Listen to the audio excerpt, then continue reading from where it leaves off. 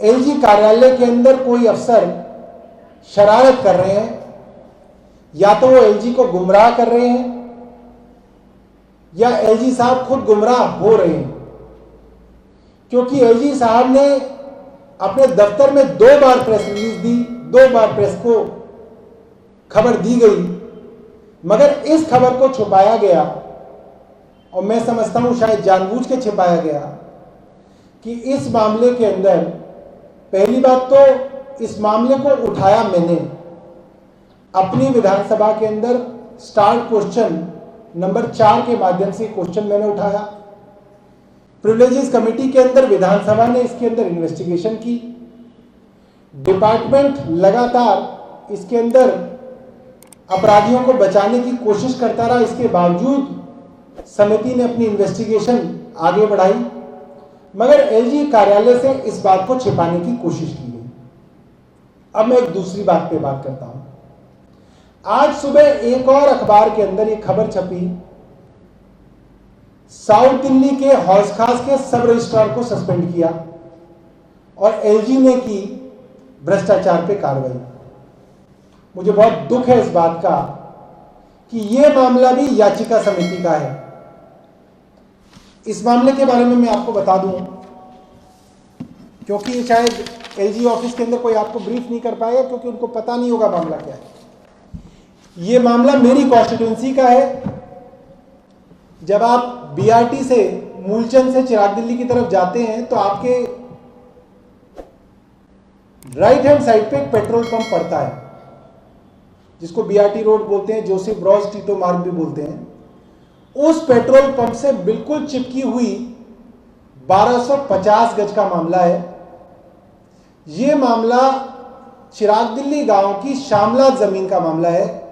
चिराग दिल्ली गांव की जमीन, शामलात जमीन ये हुआ करती थी, यानी कि पूरे गांव की जमीन थी, कहा जा सकता है सरकार की जमीन थी। सरकार की जमीन को डीएम और एसडीएम से मिली भगत करके, ऐसी एलिगेशन है, रेवेन्यू डिपार्टमेंट की मिली भगत करके 1250 गज सरकारी जमीन को पहले किसी प्राइवेट आदमी के नाम रेवेन्यू रिकॉर्ड्स में किया गया, और फिर उस प्राइवेट आदमी ने सरकारी जमीन 1250 गज मेन रोड की जमीन किसी प्राइवेट आदमी को, रोहतक के आदमी को बेच दी। और ये सारा का सारा मामला 1 महीने के अंदर अंदर हो गया, और उसकी शिकायत याचिका समिति के अंदर की गई, जिसका मैं मेंबर हूं। याचिका समिति ने इसकी इन्वेस्टिगेशन की। डीएम, एसडीएम और रेवेन्यू डिपार्टमेंट के लेवल पे दोबारा से अपराधियों को बचाने की कोशिश की गई। कमेटी के आगे फैक्ट्स को बदलकर पेश करने की कोशिश की गई, मगर अंततः यह बात सामने आई कि सरकारी जमीन थी जिसको आप किसी भी कीमत पे किसी प्राइवेट आदमी को नहीं दे सकते। इस मामले में भी आज जो है, मैंने अखबार के अंदर खबर पढ़ी कि सब रजिस्ट्रार हैं डीसी साहू और एक वहां के कानूनगो हैं, उनको जो है इस मामले के अंदर सस्पेंड किया गया है। ये खबर भी जो है अधूरी दी जा रही है। मैं आपके माध्यम से सभी ऑफिसर्स को और सभी मीडिया के कर्मियों को सूचित करना चाहता हूं कि यह मामला विशेषाधिकार समिति का है, और विशेषाधिकार समिति के अपने विशेषाधिकार हैं, उसकी अपनी प्रिविलेज है, उसका अपना कंटेम्प्ट है। हमारे कोई भी साथी पत्रकार बंधु या मीडिया बंधु कभी भी इस तरीके की खबर छापें तो वो ये जरूर सोचें कि आप समिति की किसी विशेषाधिकार का हनन तो नहीं कर रहे। और जिन अफसरों ने भी ये खबर दी, उन्होंने भी ये काम किया कि उन्होंने समिति की जांच को छिपाकर इस खबर को एक दूसरा पहलू देने की कोशिश की।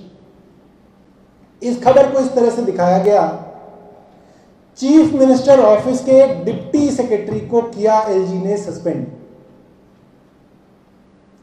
अब ये अधिकारी अगर आज चीफ मिनिस्टर ऑफिस के अंदर डिप्टी सेक्रेटरी हैं, तो इसके अंदर ट्रांसफर पोस्टिंग किसके हाथ में है? एलजी ऑफिस के हाथ में। क्या उनको इसलिए सस्पेंड किया कि उन्होंने डिप्टी सेक्रेटरी रहते हुए कोई गड़बड़ी करी? नहीं, उनको सस्पेंड इसलिए किया गया क्योंकि वे भी इस तरीके की इवैक्यूई प्रॉपर्टी को एसडीएम रहते हुए उन्होंने गलत तरीके से प्राइवेट लोगों को ट्रांसफर किया और इस कारण उनकी सस्पेंशन की गई। मगर इसको एक अलग तरीके से छापा गया जो कि मुझे लगता है कि ठीक नहीं है।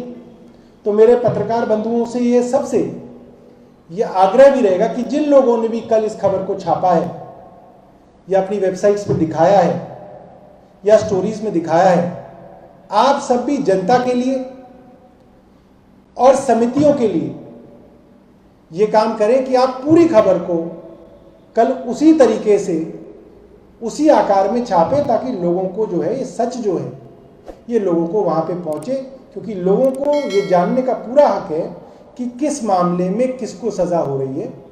और एलजी ऑफिस से इस तरीके की जो मैं ये कहूँगा कि इस तरीके की जो मैनिपुलेशन करने की कोशिश की गई, मुझे लगता है कि उन लोगों को भी इस तरीके की एक्टिविटीज से अपने आप को बचाना चाहिए। तो ये सारे के सारे डॉक्यूमेंट्स हमारे सामने हैं। आप लोगों को कुछ डॉक्यूमेंट्स जो है हम व्हाट्सएप पे शेयर कर देंगे। इसके अंदर बेसिकली वो सारे नोटिसेज हैं जो अलग अलग समय पे डिविजनल कमिश्नर रेवेन्यू डिपार्टमेंट को दिए गए और उन्होंने जब जवाब नहीं दिए गए तो उनको इसके लिए कड़े जो है संदेश समिति की तरफ दिए गए। उसके बाद जो है ये सारी की सारी जानकारियां और इन्वेस्टिगेशन समिति के अंदर हुई। ये हम लोग आपको कुछ सब जो डॉक्यूमेंट जो है जो कॉन्फिडेंशियल नहीं है उसको हम लोग आपको व्हाट्सएप पे शेयर करेंगे। बहुत बहुत धन्यवाद जी।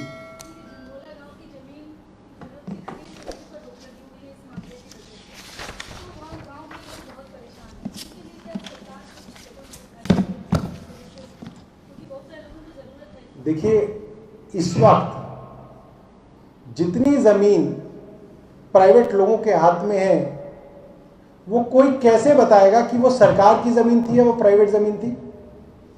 अगर वो सरकार की जमीन थी और वो प्राइवेट लोगों को गलत तरीके से दे दी गई और वो आदमी किसी और शरीफ आदमी को, किसी और अनजान आदमी को वो बेच दे, और ये छोटी मोटी जमीन नहीं है, 500 करोड़ की जमीन है, तो जिसने खरीद ली वो तो मारा जाएगा, क्योंकि वो जमीन तो अंततः सरकार की है।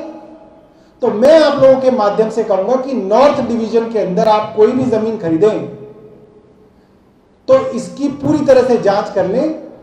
वो जमीन इवैक्यू प्रॉपर्टी भी हो सकती है, वो जमीन फॉरेस्ट डिपार्टमेंट की भी हो सकती है। हमारे पास एक दूसरा मामला भी है याचिका समिति में, उसमें भी सैकड़ों करोड़ की फॉरेस्ट डिपार्टमेंट की जमीन कुछ एसडीएम्स, डीएम्स और एडीएम्स ने मिलकर प्राइवेट लोगों के नाम पे कर दी है और उस पर फार्म हाउसेस भी बन रहे हैं। तो उस पर भी आप अपने अखबारों के माध्यम से लोगों को चेतावनी दे दें कि वो जमीन भी अगर आप खरीदेंगे तो हो सकता है आपके लिए घाटे का सौदा हो। एक कि आपका पैसा बर्बाद होगा, दूसरा आप भी एफआईआर के अंदर आएंगे क्योंकि आपने सरकार की जमीन की खरीद फरोख्त की है, जो कि अपने आप में एक जो है कानूनी अपराध है।